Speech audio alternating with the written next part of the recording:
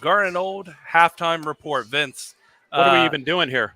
we're gonna go through the game in a second. Hopefully Jordan Travis is okay because the entire season rests upon him coming out. Although right now we're watching it live and he appears to be He looks, walking and not completely.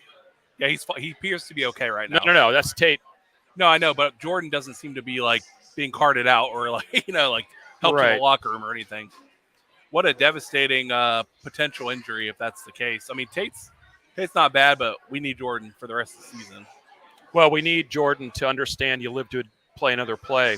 I know what he was trying to do there, but if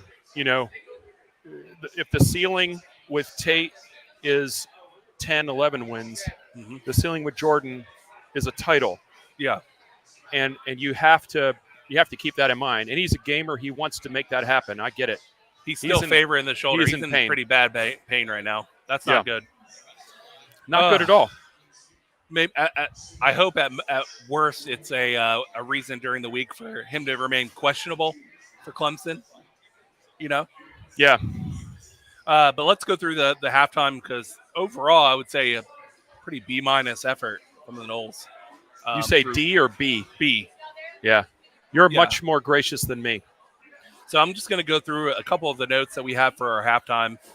First drive, the defense just getting burned. I mean, it wasn't even close. Florida State was driving the ball down the field, not even able to make even a chance at a stop. I mean, very disheartening coming out the first drive of the game. It really was. And, I understand, like, the defense may be playing back a little bit to figure out what they're going to do. But, I mean, they let that team go right down the field. And hey, their quarterback, we recruited him, Brian. He can move. Yeah. The guy can run. And he has shown, at least when guys are wide open, that he can pass. Yeah, the guy's got some wheels. It's nope, that's not it. They're playing the wrong one. Yes, they are. They're playing the wrong one. That's okay. That's okay. We'll get with that. Yeah, they're playing the pregame show here live. But Vince, we're good. Go, Ryan. Next thing. Second drive was much better, much better. So I think that's it right there. Click on it. There we go. All right. So the second drive of the game, Johnny Wilson caught 2 passes. Much better, right? I mean, Johnny Wilson has been dropping a lot of passes recently, and he hasn't been able to really catch with any amount of ease. And we saw Johnny Wilson make 2 big catches, and it was really nice to see that, right? It was, and they got him involved early in the game. But then you saw Keon drop a couple, right? So, again, it's not anything that I'm necessarily worried about. But when everything is going together, the defense playing soft, the people that you're expecting to catch the ball maybe not catching the ball, Jordan getting hurt, like all these things was what we talked about. There have to be a cavalcade of situations to make this game be close, and here we are. To Boston College's credit, they're doing a lot of moving the quarterback around. About every snap was either a screen, a quick pass, or rolling the quarterback out to let him use his legs. And he is athletic when he gets in the open field. I mean, we can't bring him down. On Boston College's second drive of the game, I mean, we couldn't cover their quarterback. He was just taking off and running every chance he got. And our DBs did not look like they were triggering downhill. Why do you think we were playing such over-the-top kind of zone defense? I don't know. Keep everything in front of you, I guess, but it doesn't matter, right? Because, I mean, the guy's running by you. I think they're just a step slow today, and they're worried about him, and I get that. But eventually, you gotta pinch that down, right? And I don't know if we have a spy on him or whatever, but we need to. And that may be happening, right? I'm not. We don't see the all 22, so that could be happening. But I will say one thing, man. BC is in this game, man. They are in it to try and win this game, going for it, like they should have. By the way, if we're going to ask Parker whether the math was mathing on Hafley's choice there, we definitely say yes, it was mathing. When he lined up to punt, I was like, inside, I was like, thank you. You're making the wrong decision here, and it benefits us. But then timeout, or maybe it's the end of the quarter, maybe. Yeah, end of the quarter. and then they came in and they went for it and they got it. So And listen, I think we're in a different situation than we were last year. Last year, we were the up and comers, surprising a lot of team with how well we were playing. And this year, people know, we were on every preseason list, every preseason magazine as a potential playoff team. And we're going to get every team's best effort. If you remember, I think back to that 2014 season, every single team showed up with a hope to beat a top ranked Florida State team. And we felt that. We felt that pressure. It's a little bit of that, I feel like, and a little bit of looking forward to the Clemson game next week, maybe underestimating Boston College a tad. But going into the second quarter, which, by the way, the first was like the shortest quarter of all time. yeah, Boston College was just running clock. But yeah. finally, to start the quarter, Jordan Travis, touchdown pass. It was really, really nice throw from Jordan Travis. And going forward, you just hope that we can come out and play a clean second half, and hopefully Jordan's okay. Because if Jordan's not okay, we got a lot bigger problems. Well, if Jordan's not okay, we still have all kind of talent around him. I'm not saying that the game is in jeopardy. I mean, the game's in jeopardy now, Ryan. Yeah. The team is not playing well. They're not playing together, and it doesn't matter how many athletes you have. If you don't play a coordinated fashion and sequence plays together, which we've seen a problem with that, then you can be in jeopardy. And this game is currently in jeopardy. For sure. And we're going to bring up one of our listener questions on the live stream. Anyone who's watching the live can comment, and we'll try to put up your question on the board. So Jeffrey Day puts, whose offensive line, Vince, is winning this game? Because it really feels like Boston College is.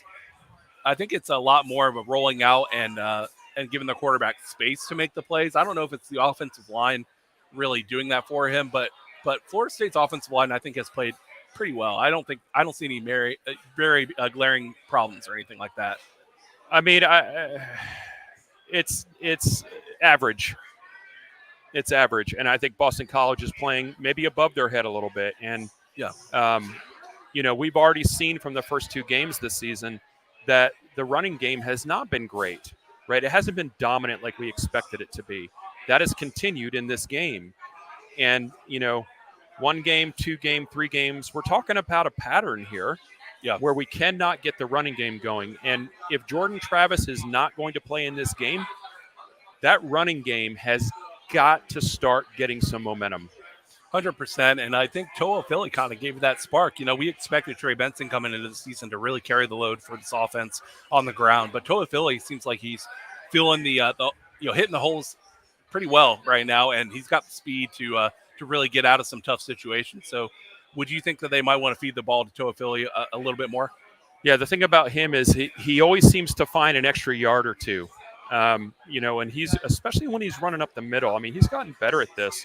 Remember back in the day, it was Devonta Freeman maybe, that you could always count on him to fall forward for 2 or 3 yards. Yeah. Toa Philly seems to have that going on right now where you think he's bottled up, but then all of a sudden he's 2 or 3 yards ahead of where you thought he was going to be down at. One thing I wanted to bring up here, Ryan, thank you, Boston College, for being a highly, highly penalized team in this half. Mm-hmm.